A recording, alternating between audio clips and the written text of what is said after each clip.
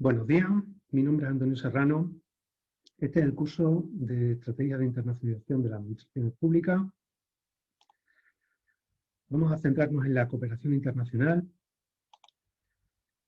Me presento brevemente. Como he dicho, mi nombre es Antonio Serrano, me dedico a la gestión de proyectos y al desarrollo empresarial. Actualmente tengo una consultora de I+D y de financiación, y también me dedico al ámbito de la industria cultural y creativa. Durante 10 años he trabajado en el ámbito del sector público, trabajando para cámaras de comercio y universidad, y en ese tiempo he desarrollado en torno a 40 proyectos multilaterales, y actualmente sigo haciendo lo mismo, trabajando en proyectos multilaterales de cooperación con más de un centenar de entidades de más de 20 países. El curso lo quería orientar más bien a un ámbito práctico. Para eso explicaré un poco, desde un punto de vista general, cómo se articulan los programas en la Unión Europea. En primer lugar, hablaremos de políticas de cooperación en este caso, que se establecen pues, a nivel político. Ahí poco podemos decir las administraciones públicas. A partir de esas políticas se crean una serie de instrumentos de cooperación que, a su vez, se articulan, al menos en el caso de la Unión Europea, en una serie de programas marco. Los programas marco son programas marco o programas operativos, una serie de programas que dan estabilidad presupuestaria a una serie de acciones que van en línea con esos instrumentos de cooperación y esas políticas de cooperación durante un periodo de 7 años.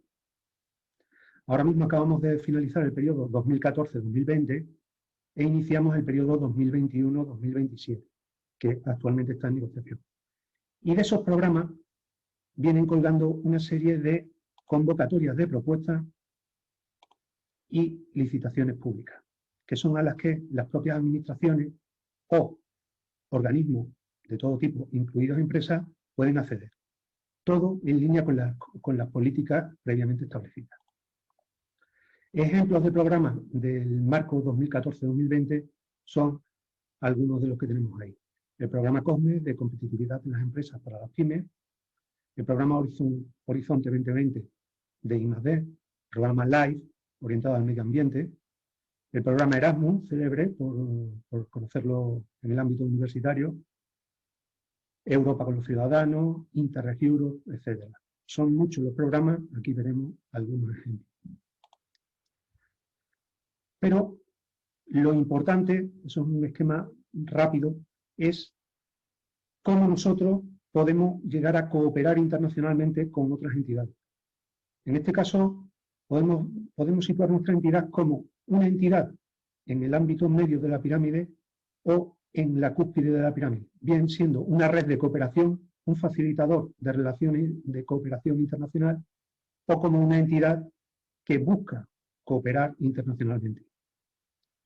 En este caso, el ecosistema de la cooperación internacional en la Unión Europea se establece a través de una serie de redes formales e informales, a la cual pertenecen entidades, también de manera formal e informal, que articulan sus proyectos de cooperación con las herramientas que hemos visto anteriormente, convocatorias de propuestas o licitaciones, y siempre teniendo en cuenta stakeholders, que es un término que no podemos olvidar en este curso. Un stakeholder es un término anglosajón que quiere decir parte interesada. La parte interesada o involucrada son las personas, organizaciones, empresas que tienen interés en una organización dada. Según la Stanford Research Institute, definieron el término stakeholder como aquellos grupos sin cuyo apoyo la organización dejaría de existir. Muchas veces las entidades no tienen en cuenta a aquellos agentes que no participan de forma directa bien en nuestros proyectos o bien en nuestra gestión del día a día. Por ejemplo, una administración pública. Bueno, una administración pública puede, o una universidad, por ejemplo, pongamos el caso, puede contar con los estudiantes, puede contar con el profesorado, puede contar con los empleados, los profesores. pero debe contar con la sociedad en su conjunto e incluso con las administraciones públicas y los agentes sociales. En este caso, ejemplos de stakeholders son los gobiernos nacionales, provinciales y locales, ONG, medios de comunicación, etc. En primer lugar, vamos a dividir la sesión en tres partes. Una, la cúspide, hablando de las redes de cooperación. Posteriormente hablaremos de algunos tipos de entidades que nos puedan servir de ejemplo y posteriormente veremos casos concretos de proyectos para que veamos cómo pueden funcionar para una organización a la hora de lograr éxitos en la cooperación internacional. En este caso hemos escogido una asociación, ALDA, Asociación Europea para la Democracia Local. Nace en 1999 a iniciativa del Congreso de Autoridades Locales y Regionales del Consejo de Europa. Tiene sede en Estrasburgo, Francia. Promueve el buen gobierno y la participación ciudadana a nivel local. Se centra en actividades que facilitan la cooperación entre las autoridades locales y la sociedad civil, tanto en la Unión Europea como en su vecindad. Ahora veremos de qué estamos hablando. Tras 20 años de experiencia, tiene más de 20 proyectos financiados e implementados y una amplia red internacional de en torno a 350 miembros. Esta asociación ayuda a las administraciones locales, por un lado, administraciones públicas, agentes públicos, y por otro lado, ayuda a las entidades de la sociedad civil, agentes privados, a adquirir competencias y recursos para conseguir sus objetivos, involucrando a las comunidades locales y a las partes interesadas en el desarrollo, planificación y ejecución de sus proyectos. Entre los 350 miembros de ALDA se encuentran municipios, asociaciones locales, provincias, regiones y organizaciones de la sociedad civil. En estas organizaciones de la sociedad civil pues, podemos encontrar tanto ONG como entidades no lucrativas de diversas índoles. Posteriormente veremos algunos ejemplos de proyectos que han desarrollado en ALDA. Otro ejemplo de red sería Regiones Europeas para la Innovación en Agricultura, Alimentación y Silvicultura. Esta red se constituye en 2012 como una asociación completamente informal. La iniciativa es un grupo de 17 regiones europeas, es decir, 17 regiones públicas, autoridades públicas regionales, se constituyen informalmente en una asociación. En este caso liderada por el Gobierno Regional de Toscana, con objetivo facilitar la integración de las políticas europeas a favor de la innovación en las áreas de agricultura, alimentación y silvicultura. En la actualidad trabajan en una serie de temas comunes y llegan a ser 43 regiones de 13 estados de la Unión Europea. ¿Qué temas comunes? Bueno, tenemos ahí 9 áreas de trabajo que son las que ellos están trabajando. Innovación social, plantas, regiones forestales, cultivos de alta tecnología, bioregiones, trazabilidad y big data, involucración de consumidores, nutrición personalizada y comunicación. ¿De qué sirven estos grupos de trabajo? Bueno, veamos un ejemplo. Las regiones forestales, por ejemplo, las regiones boscosas. Veamos cómo trabajan. El grupo de trabajo de ERIAF sobre silvicultura se denomina Red Europea de Regiones Boscosas. Si vemos el mapa, no son los 39 miembros los 30x miembros de ERIAF los que participan. Únicamente hay 5 miembros. Las áreas iniciales de interés de este grupo de trabajo son estrategias regionales de bioeconomía y planes de acción relacionados, la movilización de madera, y apostillamos, especialmente a través del proyecto Rosewood, y la movilización de productos forestales no madereros, especialmente a través del proyecto Incredible. O sea que vemos aquí cómo dentro de esos grupos de trabajo, aparte de trabajar en iniciativas de interés, realizar planes de acción, estamos ya trabajando concretamente en proyectos concretos. El grupo también está interesado en la protección de riesgos forestales y especialmente en la prevención de incendios. Desgraciadamente aquí no parece ser que no cuentan con proyectos. Es decir, este tipo de asociaciones están buscando además la realización de proyectos concretos. Concretamente, el proyecto Rosewood lo veremos más adelante y veremos cómo se articula ese tipo de proyectos. Otro ejemplo de red es bastante potente además, es la EBM, la Red Europea de Centros de Innovación y Empresas. Un Business Innovation Center es un centro orientado al apoyo a las empresas innovadoras. El primer BIC abre sus puertas en Lieja, Bélgica, en 1984. Y a partir de ahí, con el apoyo, en primer lugar, decidido de la Comisión Europea y de algunos líderes industriales, se va creando una red de centros de innovación de negocio por toda la Unión Europea. En 2002, los BIC se integran en los principales fondos estructurales de la Comisión Europea. Es decir, la Comisión Europea apoya de forma decidida con los fondos estructurales esta red de centros. Dentro de la Junta aparecen miembros influyentes como Romano Prodi, por ejemplo.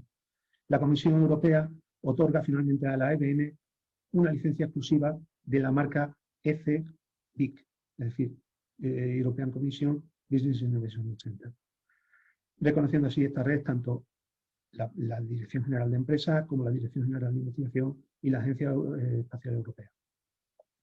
Actualmente la red incluye 140 BICs con certificación de calidad y otras 40 entidades que apoyan el desarrollo y el crecimiento de emprendedores innovadores, empresas emergentes y pymes. ¿En qué consiste la certificación BIC? Bueno, pues los BIC son organizaciones de apoyo empresarial, como hemos visto, con certificación de calidad que dedican sus esfuerzos y recursos a ayudar a los emprendedores con ideas innovadoras a convertir esas ideas en negocios viables, exitosos y sostenibles. La misión principal es acelerar el espíritu empresarial innovador a nivel local, a través de prestación de servicios, de una gama amplia de servicios profesionales que apoya la incubación en todas sus etapas, preincubación, incubación y posincubación, dirigido a empresas emergentes de carácter innovador, a spin-offs, es decir, empresas surgidas del ámbito universitario, a emprendedores y a pymes. La membresía en esta red ofrece acceso a servicios de valor añadido para respaldar el crecimiento de ideas innovadoras, incubación, aceleración de negocios, soluciones de internacionalización y participación en proyectos internacionales. Ahí está la gama de servicios que ofrecen. Particularmente, International Hub es una plataforma de redes internacionales para intermediarios y plataformas de negocios internacionales de aterrizaje suave de nuevas empresas, pymes y emprendedores. El Project Lab es una fábrica colaborativa de proyectos financiados por la UE, excepcionalmente eficiente. Es decir, la entidad que pertenece a la EBN tiene acceso a un laboratorio de ideas, a una red de colaboración para la creación de proyectos innovadores que logra una gran tasa de éxito en las convocatorias públicas de propuestas. Networking as a Service, desarrollo de una comunidad tanto online como offline, compartiendo las mejores prácticas, historias de éxito y conocimiento. Y Gateway, reputación indiscutible dentro de los círculos gubernamentales europeos, Comisión Europea, Parlamento Europeo, Banco Europeo de Inversión, autoridades públicas nacionales, regionales y de fuera de la Unión Europea.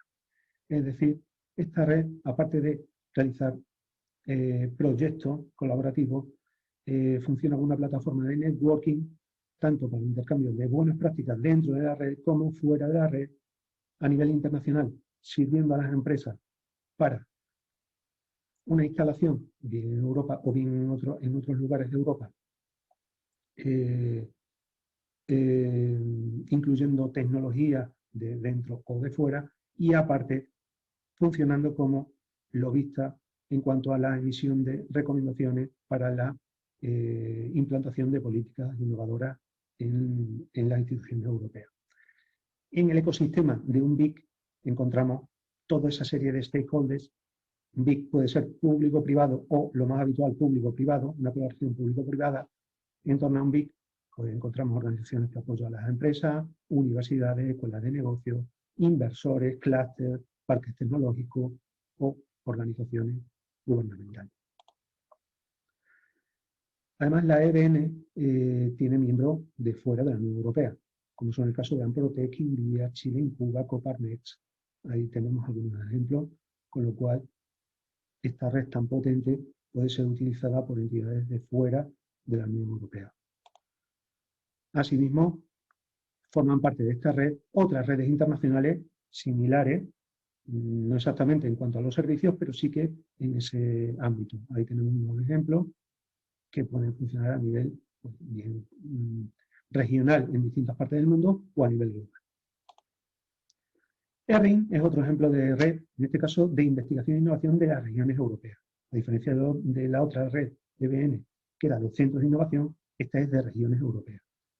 Se inicia en 2001 como una red informal, si vemos casi todas las redes surgen de forma informal a través de la necesidad de las propias administraciones de cooperar. Tiene sede en Bruselas e integra alrededor de 120 organizaciones regionales de stakeholders de más de 20 países europeos. Los miembros son principalmente autoridades regionales, universidades, organizaciones de investigación, cámaras de comercio, agrupaciones que dirigen la agenda, prioridades de toda la red al tomar un papel activo dentro de los grupos de trabajo o en el consejo de administración. ERRI toma un enfoque bottom-up, es decir, de abajo arriba, para enfocar las políticas europeas de investigación e innovación y dirigir estos programas emitir recomendaciones de abajo arriba a las instituciones. Mediante la promoción de ecosistemas de innovación regional y un enfoque de especialización inteligente. ¿Qué es la especialización inteligente? Bueno, aquí vamos a notar, porque creo que es bastante interesante. Las estrategias regionales de especialización inteligente tratan de cerrar la brecha persistente entre las regiones en lo que se refiere al rendimiento en investigación e innovación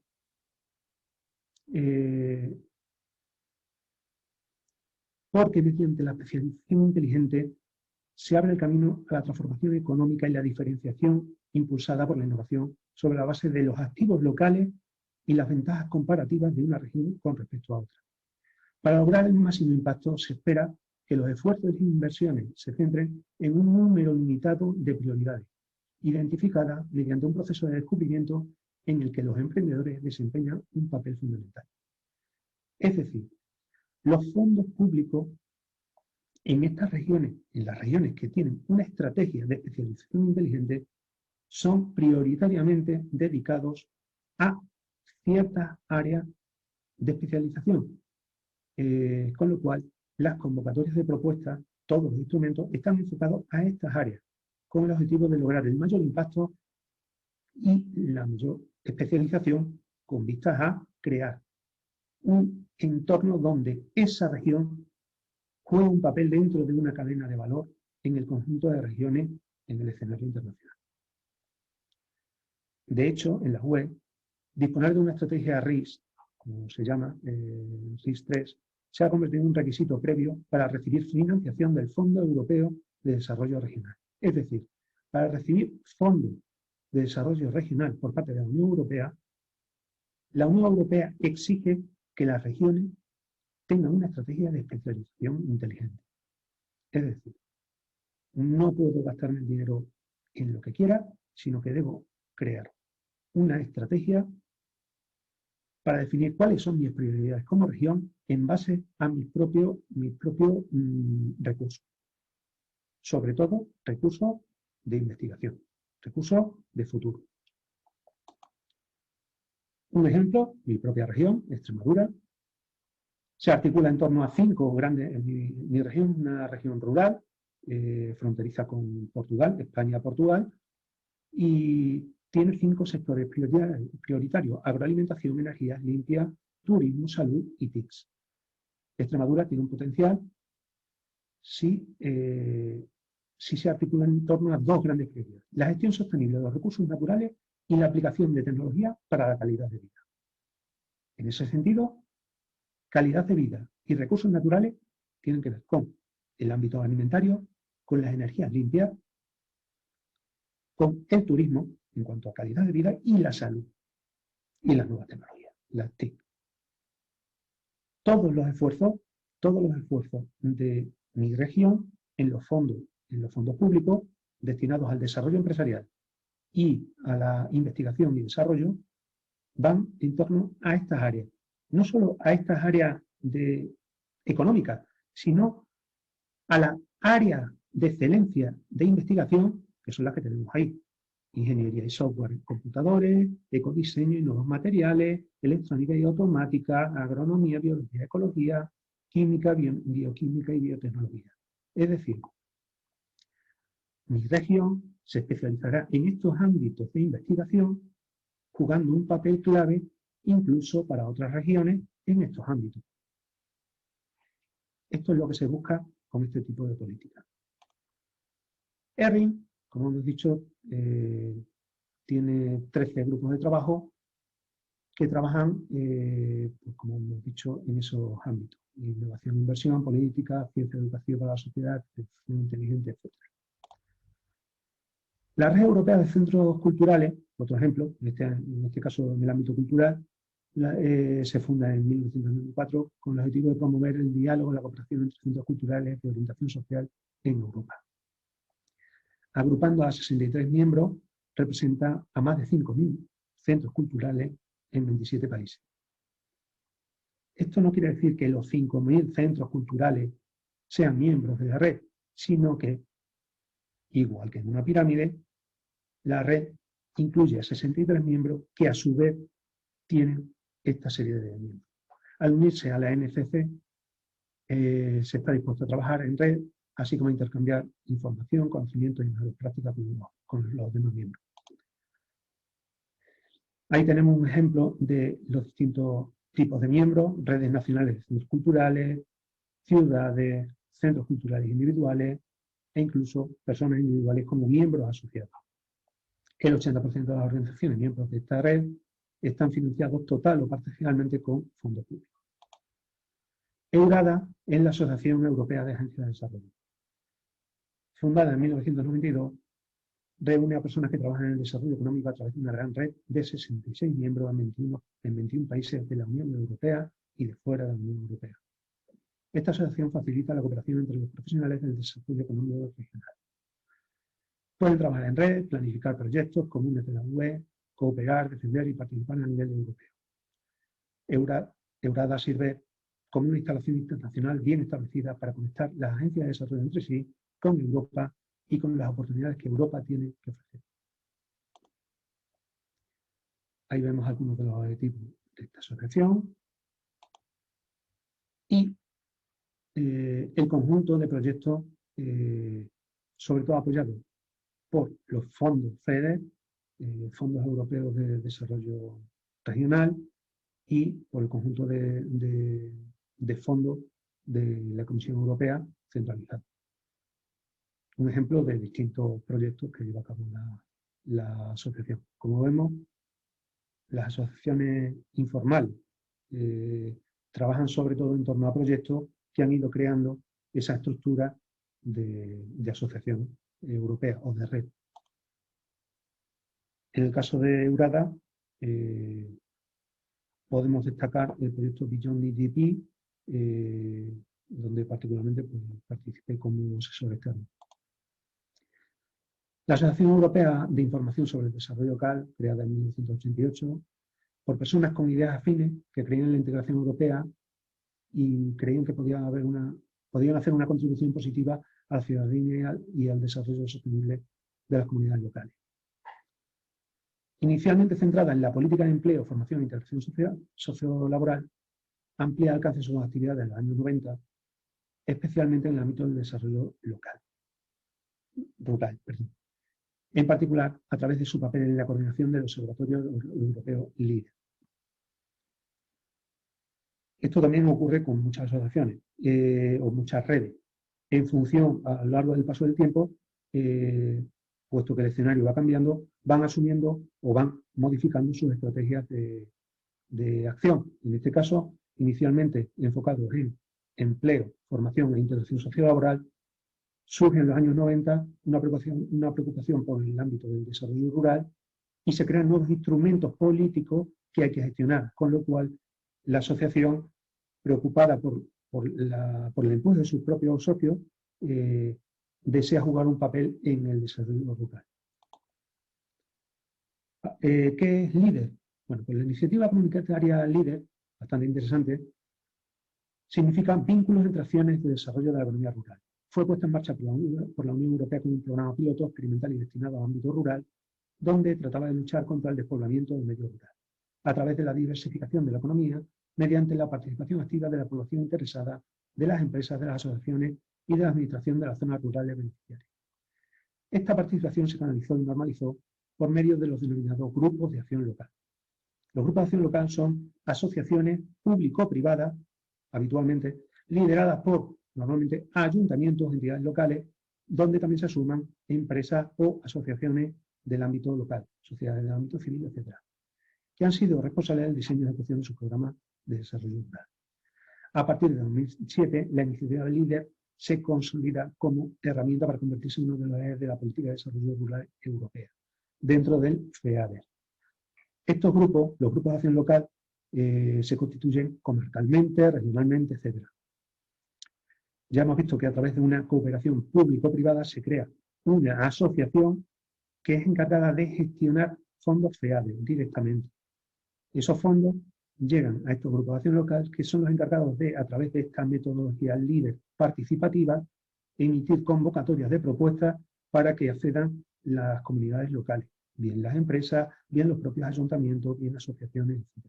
Siempre cumpliendo con los marcos normativos de la Unión Europea y las recomendaciones políticas con el objeto de conseguir los objetivos políticos. Algunos datos con respecto a la AIDL.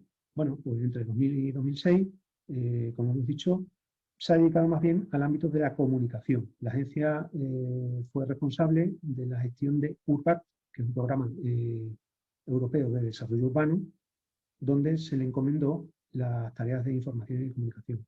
Entre 2000 y 2007 fue responsable de la producción y difusión de publicaciones de la DG Regio, y de 1991 a 2001 la Asociación Europea de Información sobre el Desarrollo Local fue responsable de la creación y gestión del programa LEADER, una labor ingente, puesto que la red cuenta con más de 1000 grupos de acción local, 12 unidades de coordinación nacional, en su momento eran 12 los países europeos, más de 300 asociaciones nacionales, 102 administraciones regionales, etc. Otro ejemplo de red europea o de red de cooperación es la Asociación Europea de Ciudades y Regiones para la Economía Social, REDES, creada en 1996, que actualmente integra a miembros de 18 países. Los miembros son tanto autoridades locales y regionales como organizaciones de la economía social. Economía social, cooperativas, sociedades anónimas laborales, etc. Que desarrollan o están dispuestas a desarrollar políticas que promuevan la economía social y solidaria para lograr una sociedad más justa, inclusiva, participativa y responsable. REDES es una red de innovación social en términos tanto de métodos como de procedimientos basados en la co-creación y las capacidades compartidas de los miembros y sus territorios. Dentro de los elementos a destacar dentro de REDES, ahí se me ha escapado el título, disculpad, pues dentro de sus productos se encuentra TSR, una metodología de planificación local que integra dimensiones sociales, económicas, culturales y ambientales. Es un proceso de gobernanza participativa que tiene como objetivo la mejora de la calidad de toda una comunidad en un territorio determinado, a través de una mayor cohesión social, desarrollo sostenible, eficiencia económica y una democracia más amplia.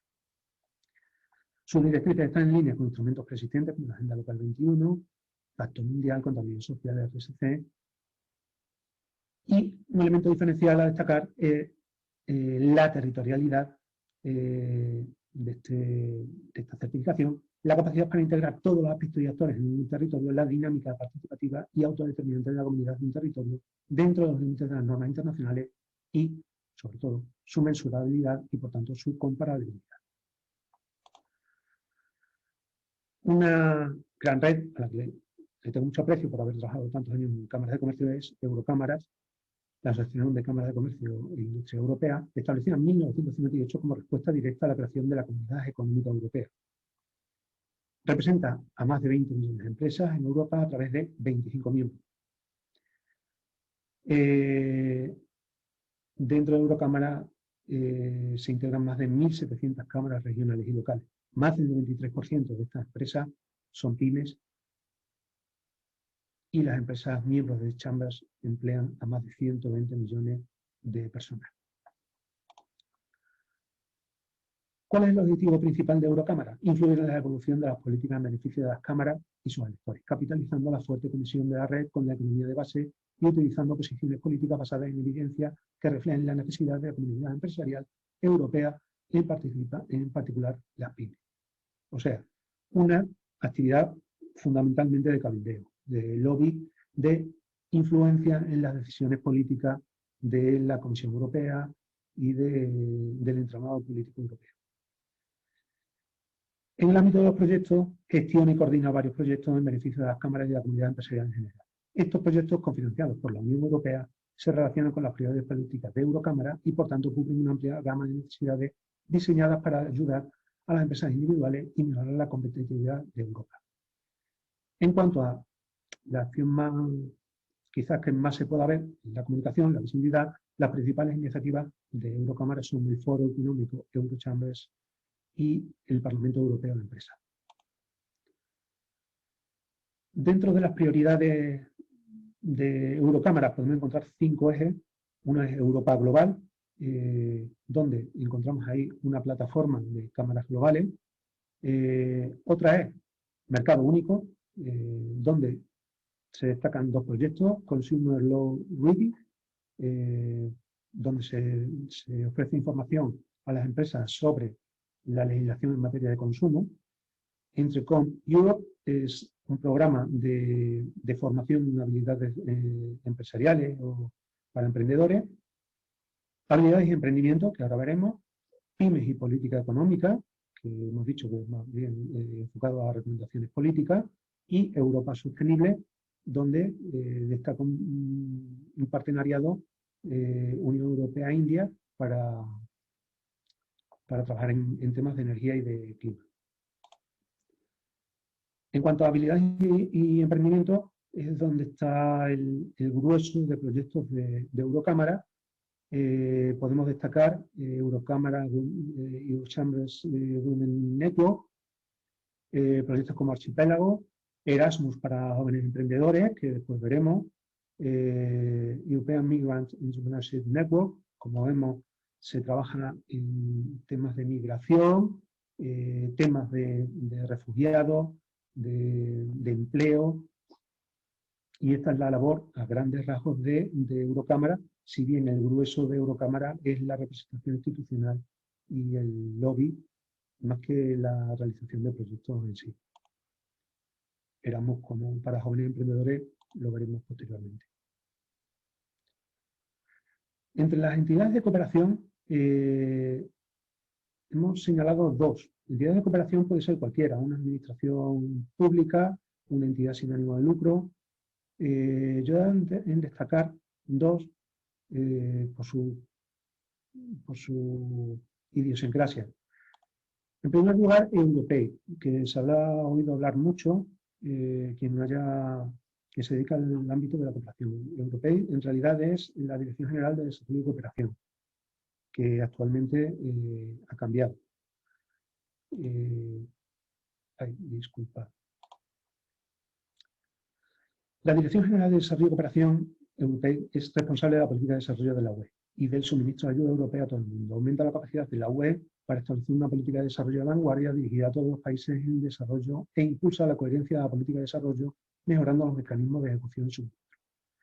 Europei ofrece ayuda a través de toda una serie de instrumentos financieros con la finalidad de garantizar la calidad y eficacia de la ayuda de la UE, fomentando y abordando cuestiones como gobernanza y derechos humanos, alimentación y agricultura, desarrollo humano, medio ambiente, energía, salud, educación, etc.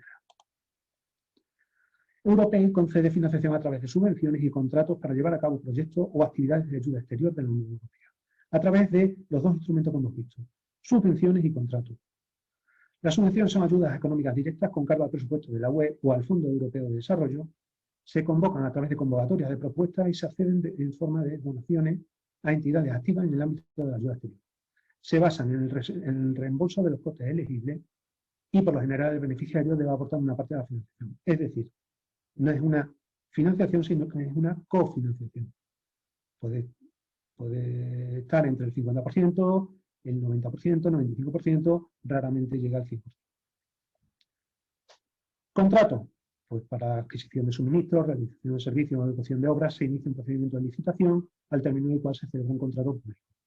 Las licitaciones respetan 4 principios fundamentales: publicidad, competencia, igualdad, responsabilidad administrativa.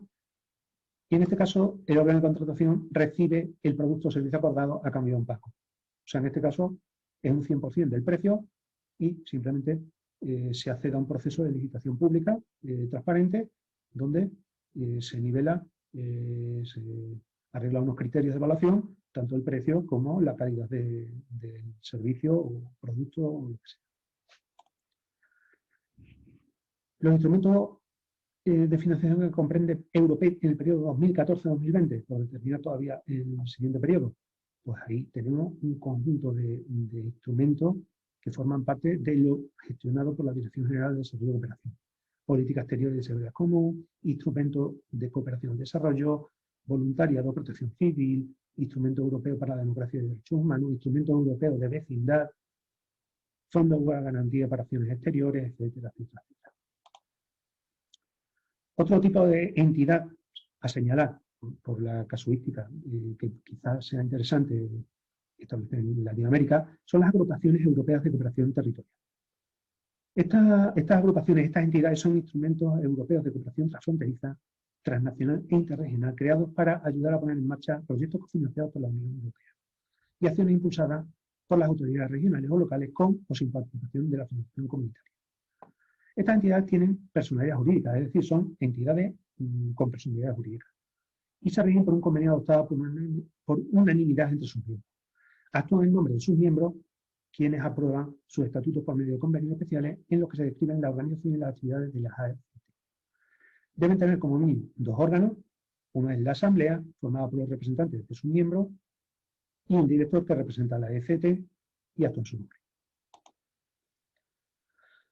Una AECT puede estar formada por miembros situados en el territorio de al menos 2 Estados miembros, o un Estado miembro y uno o varios países terceros, y perteneciente a una o más de las siguientes categorías. Si no hay, pues, prácticamente cualquier tipo de entidad.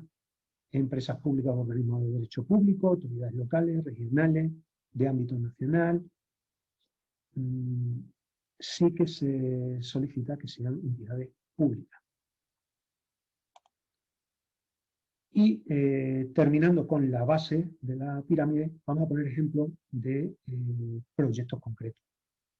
Proyectos y programas. La diferencia entre programa y proyecto es que de un programa cuelgan distintos proyectos. Vamos a seleccionar, hemos cogido ahí 9, vamos a poner una casuística para que se vea un poco ejemplo de cómo se opera en el ámbito de la cooperación internacional. LADER, autoridades locales como impulsores del DEAR, ahora veremos qué es el DEAR, fue financiado por el programa europeo. El objetivo principal es potenciar e incrementar la acción de las autoridades locales en cooperación con las organizaciones de la sociedad civil para el desarrollo de la educación y sensibilización DEAR. O sea, DEAR es desarrollo de la educación y la sensibilización en la UE y su área de vecindad. Los objetivos específicos: fortalecer la cooperación entre las administraciones locales y las organizaciones de la sociedad civil y desarrollar sus capacidades internas para actuar como impulsores del cambio. Informar y sensibilizar a los ciudadanos y las comunidades sobre su papel y responsabilidad en los programas globales, así como sobre las interdependencias entre la UE y los países en desarrollo, explorando y probando los métodos más adecuados de educación no formal. Aquí vamos a destacar el concepto de área de vecindad dentro de lo que es la Unión Europea. La política europea de vecindad nace en 2004 con el objetivo de orientar las relaciones de la UE con los nuevos vecinos que se han formado fruto de la ampliación que tuvo lugar en ese año. En esta política se materializa la firma de acuerdos que pretenden establecer unas relaciones privilegiadas con aquellos países con los que se comparten fronteras con la UE. Estos acuerdos tratan sobre diversas materias: derechos humanos, democracia, Estado de Derecho, buen gobierno, redes de transporte, energía, etc. Más tarde, en 2008, se plantea la posibilidad de ampliar esta política a la cuenca sur del Mediterráneo. Así, las iniciativas multilaterales de cooperación regional en el marco de la política europea de vecindad son, por un lado, el partenariado del Este, con países como Armenia, Azerbaiyán, Bielorrusia, Georgia, Moldavia, Ucrania, la Unión por el Mediterráneo, con toda la zona del Magreb, y la sinergia del Mar Negro, con países como Rusia, Turquía, Ucrania, Moldavia, Georgia, Azerbaiyán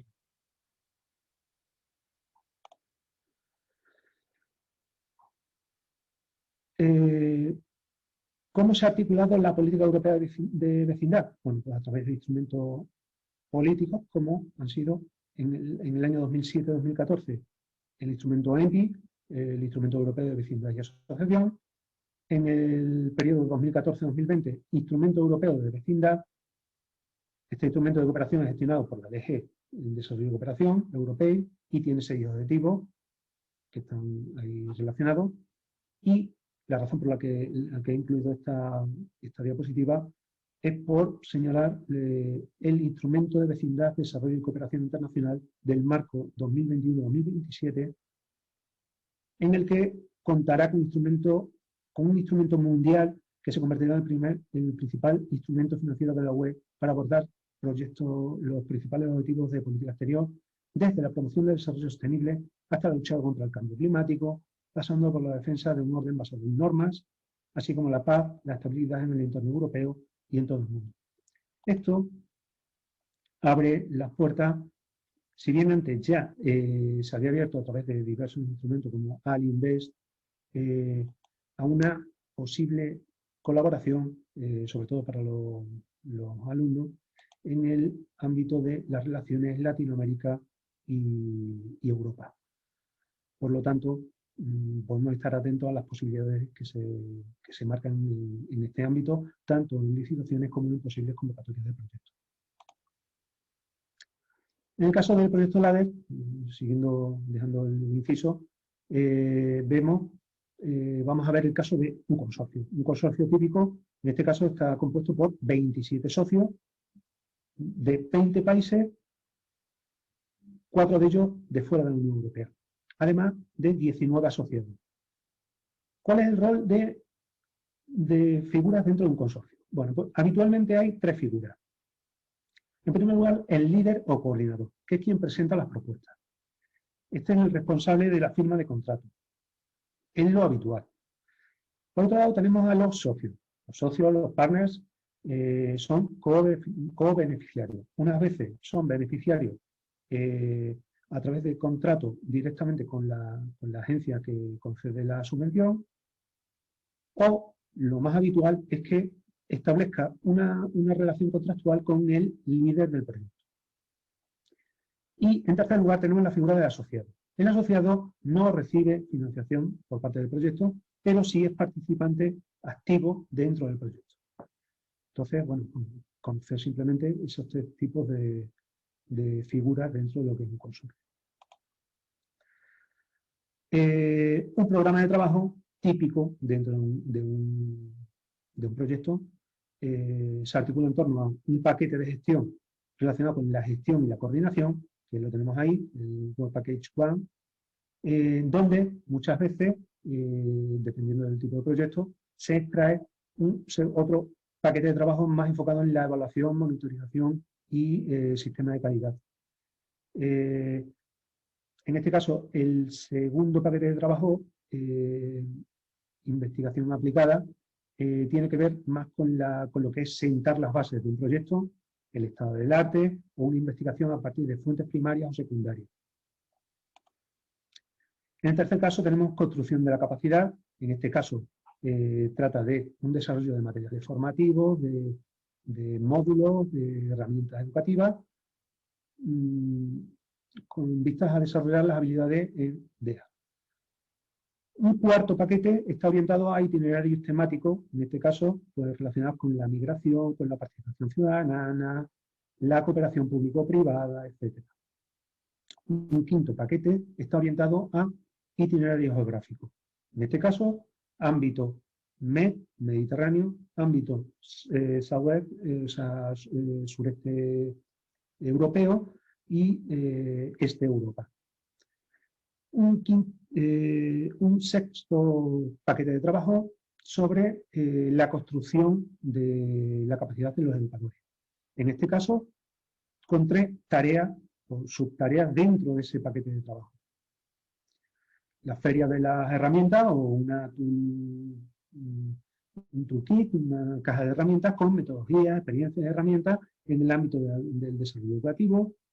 Job shadowing, en este caso, un intercambio de civil servants, de funcionarios, educadores, formadores o trabajadores, en el cual entiendo que hacen un job shadowing, es un intercambio para ver in situ cómo trabajan en otros lugares y extraer de ahí su experiencia, una especie de práctica, no involucrándose, sino simplemente asistiendo. Y focus groups en estas materias, bueno, son grupos de foco, paneles de expertos,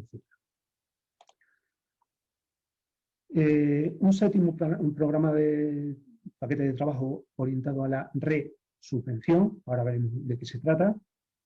Un octavo programa de trabajo, siempre imprescindible en cualquier programa, en cualquier proyecto, en torno a la visibilidad, comunicación y difusión.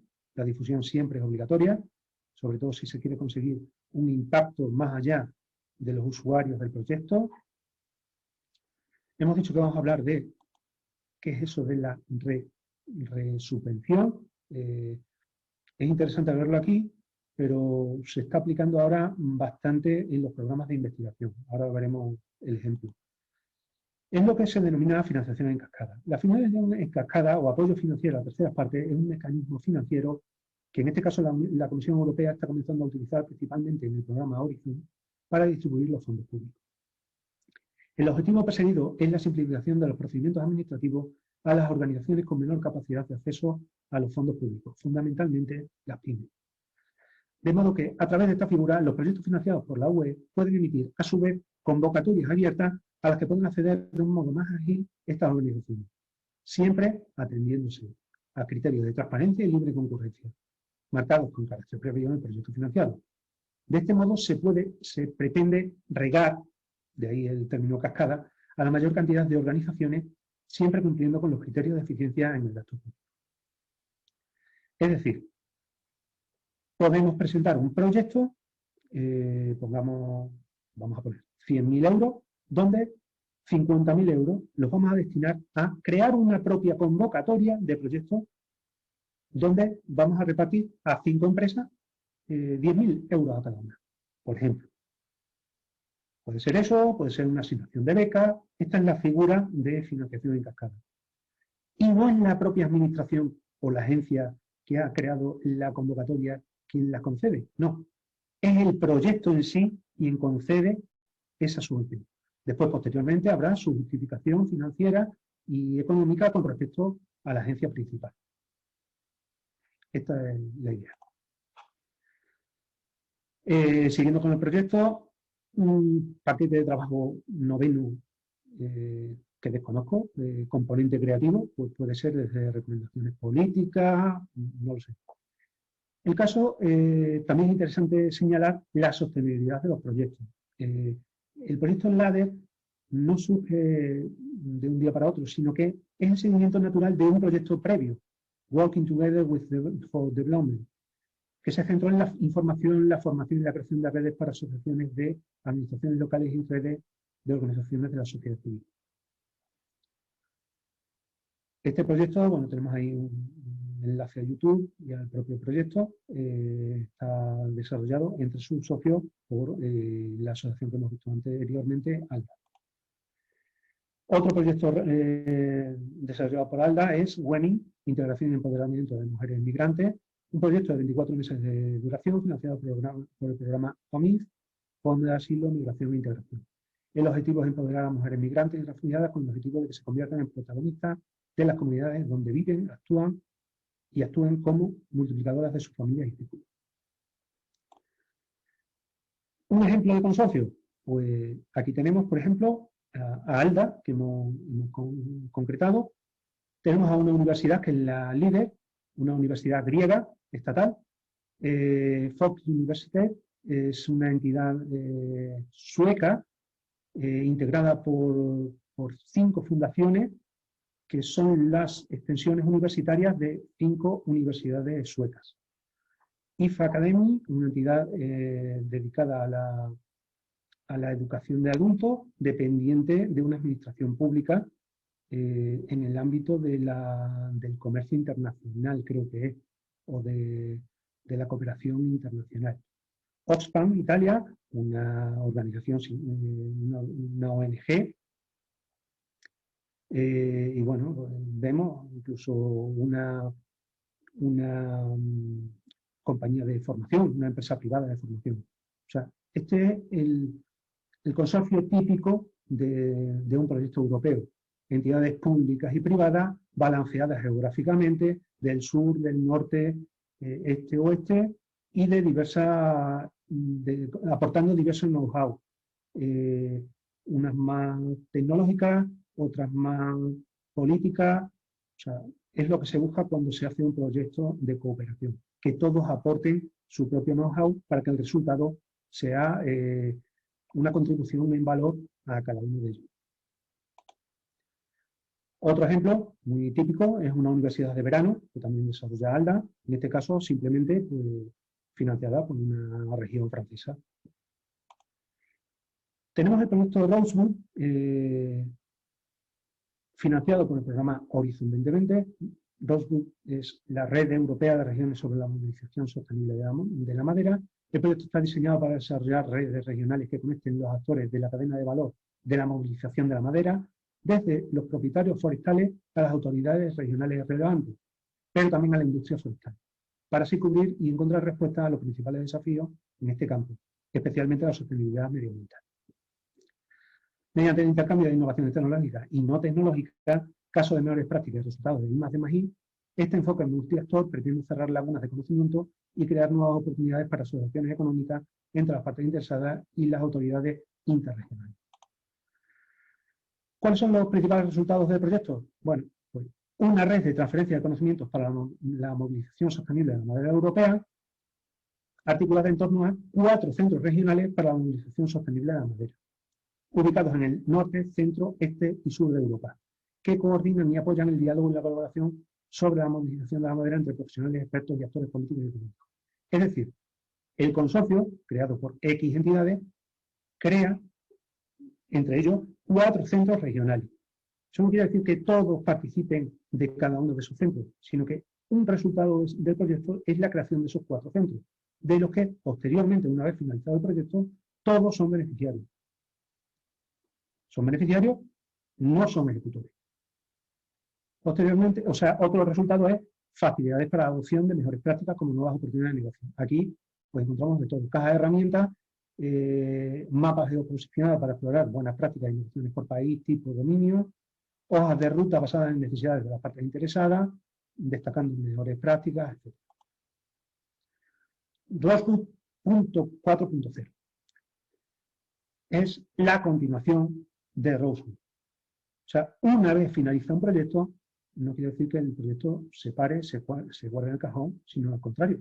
Y es más, puedes abandonar un proyecto y puede haber nuevos actores que se suman a ese proyecto. En este caso, Rosewood 4.0 se conforma por 21 entidades y la innovación tiene una doble innovación. En primer lugar, que se crea un nuevo hub en el centro este de Europa, incorporando a Polonia, Eslovaquia y Ucrania. O sea, son ya 5 centros territoriales, 5 centros regionales, y por otro lado, ahora ponemos el énfasis en la digitalización, en la industria forestal 4.0. Ahí vemos las innovaciones que tiene este proyecto. Vamos a hablar de un programa bastante potente, bastante difícil de llevar a cabo, a mí me ha costado bastante, que es el programa Erasmus para jóvenes emprendedores. Esto en realidad es un programa, no es un proyecto. De este programa cuelgan distintos proyectos. El Erasmus para jóvenes emprendedores no es un programa de formación, es un programa de intercambios transnacionales que ofrece a emprendedores noveles y personas que desean crear una empresa la oportunidad de aprender de empresarios experimentados que dirigen pymes en otros países participantes. El intercambio de experiencias se produce en el marco de estancias con empresarios experimentados durante las cuales los nuevos emprendedores podrán adquirir las habilidades necesarias para dirigir una empresa. Los anfitriones se benefician de una nueva perspectiva sobre su negocio y adquieren la oportunidad de cooperar con socios extranjeros o conocer nuevos mercados. ¿Quién puede participar? Pues, por un lado, nuevos emprendedores que están planeando crear su propio negocio o ya lo han hecho, pero aún no tienen 3 años de duración, 3 años de actividad. O empresarios ya experimentados que tienen en propiedad o dirigen una pyme en los países miembros del programa.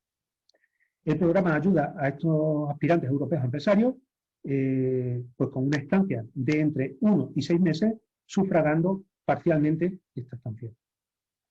Y el programa no solo se desarrolla dentro de la Unión Europea, sino en 37 países participantes. Otra red bastante potente, muy potente, es la Enterprise Europe Network, la red europea empresarial. Esta red ayuda a las empresas a innovar y crecer a escala internacional. Es la red de apoyo más importante, más grande del mundo para pymes con ambiciones internacionales. La red está activa en más de 60 países de todo el mundo, reúne a más de 3.000 expertos de más de 600 organizaciones miembros, todos reconocidos por su excelencia en el apoyo empresarial. Las organizaciones miembros pueden ser polos tecnológicos, organizaciones de apoyo a la innovación, universidades, organizaciones de desarrollo regional, campos de comercio. La Comisión Europea puso en marcha la Enterprise Network en 2008, siendo cofinanciada por el programa de la UE para la competitividad, es decir, el programa COSME. Los servicios ofertados en la red incluyen el asesoramiento para el crecimiento y la expansión en mercados internacionales, por un lado, el aspecto más de competitividad y desarrollo empresarial, los servicios basados en soluciones para ayudar a convertir las ideas innovadoras en éxitos comerciales internacionales, es decir, la parte más del ámbito tecnológico e innovador, y ayudar a la empresa a encontrar los socios internacionales adecuados para crecer y expandirse en el extranjero. Una red de networking. ¿Cómo se articula esta red? Igual que la de Erasmus para jóvenes emprendedores. Enterprise Europe es una red, un programa, del que cuelgan distintos consorcios. En este caso, las organizaciones miembros de la red se agrupan en consorcios regionales y son seleccionados mediante convocatorias de propuestas. O sea, los nodos, las oficinas de la Enterprise Europe Network lo son porque han acudido a convocatorias de propuestas. No hay una red pública, sino que la red existe porque se hace en libre concurrencia dentro de las convocatorias de propuestas. La red de EURES, la Red de Cooperación Europea de Servicios de Empleo, es una red de servicios públicos de empleo creada en 1994 para facilitar la movilidad laboral en Europa. Proporciona servicios de información, orientación y colocación a trabajadores y empresarios interesados en el mercado laboral europeo. Ofrece vacantes de empleo en 32 países europeos, asesorando e informando para vivir y trabajar en el exterior y otros servicios. La red ha trabajado intensamente para garantizar la igualdad de oportunidades para todos los ciudadanos europeos, a pesar de las barreras lingüísticas, diferencias culturales, dificultades burocráticas y las diferentes leyes en materia de empleo y la falta de reconocimiento de los certificados de estudio en los distintos países europeos. Coordinada por la Comisión Europea, en este caso sí, integra los servicios públicos de empleo de los distintos países. También participan otras organizaciones como sindicatos o organizaciones empresariales, especialmente en las regiones con altos niveles de desplazamiento transfronterizo. Vamos a hablar también del programa Europa con los ciudadanos, por el especial interés que puede tener para las administraciones locales. Los objetivos generales de este programa es la ayuda a los ciudadanos para entender a la Unión Europea en su historia y diversidad, el fomento de la ciudadanía europea y la participación democrática a nivel europeo, y, en cuanto a los objetivos específicos, son, a través de debate, conmemorar la historia común europea, concienciar sobre los valores europeos, promocionar los valores de la UE, la paz y el bienestar, y fomentar la participación democrática de los ciudadanos a nivel de la UE. Entiendo que estos son programas muy centrados en la Unión Europea.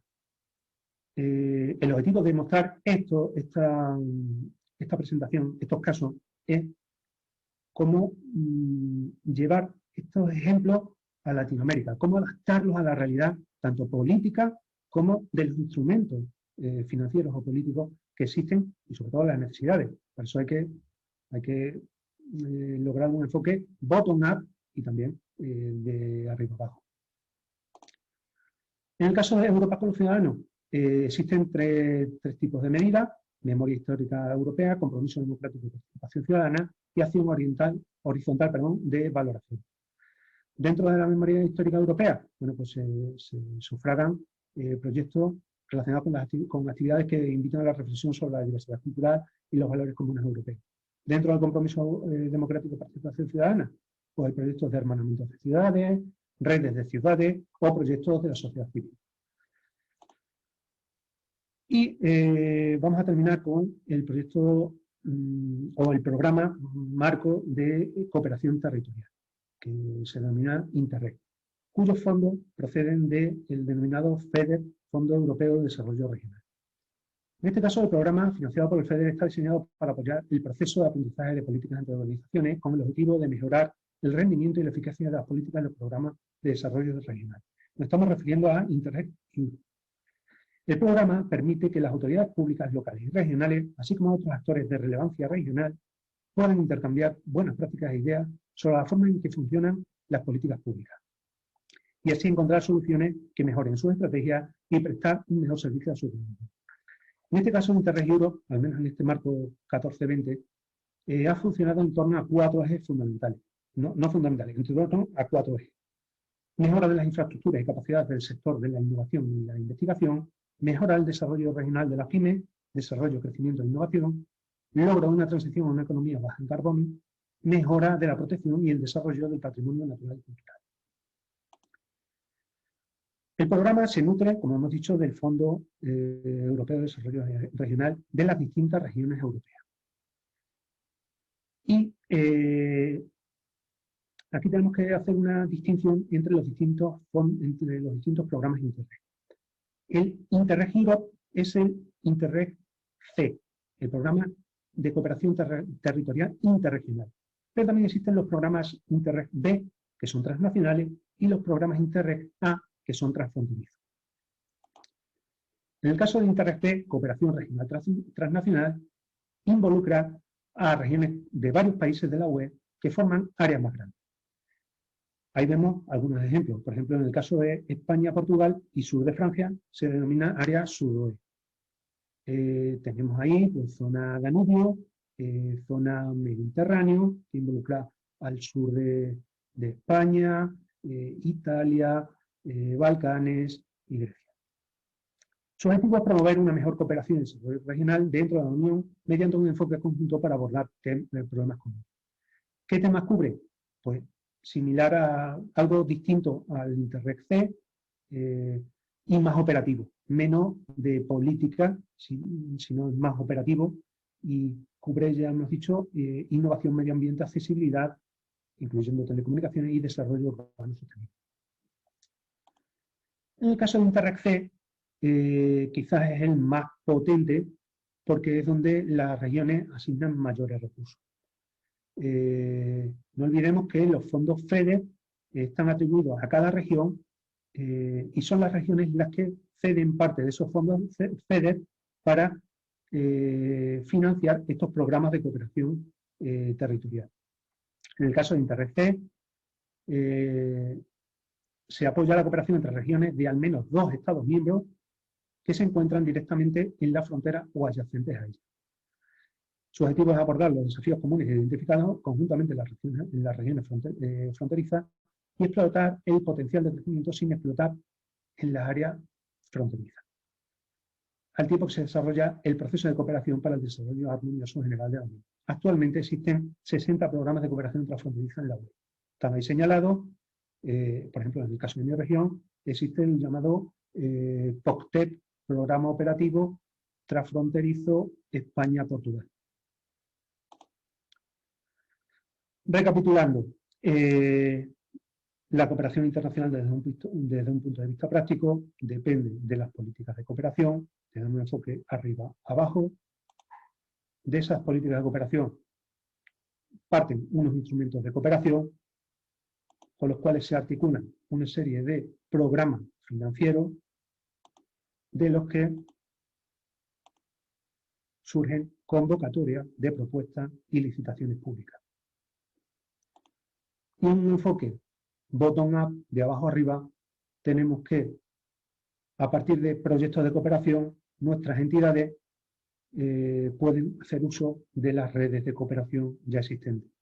O si nosotros somos una red de cooperación o queremos crear una red de cooperación, para ofrecer servicio a nuestros miembros, a estas entidades, debemos promocionar esos proyectos de cooperación. Siempre con las convocatorias a propuestas o licitaciones disponibles o financiación, algún tipo de financiación, y siempre contando con los stakeholders, los agentes interesados en todo esto. Muchas gracias por vuestra atención. Si necesitáis alguna aclaración, alguna duda, si queréis profundizar en algún tema, tenéis mi correo electrónico. Muchas gracias por vuestra atención.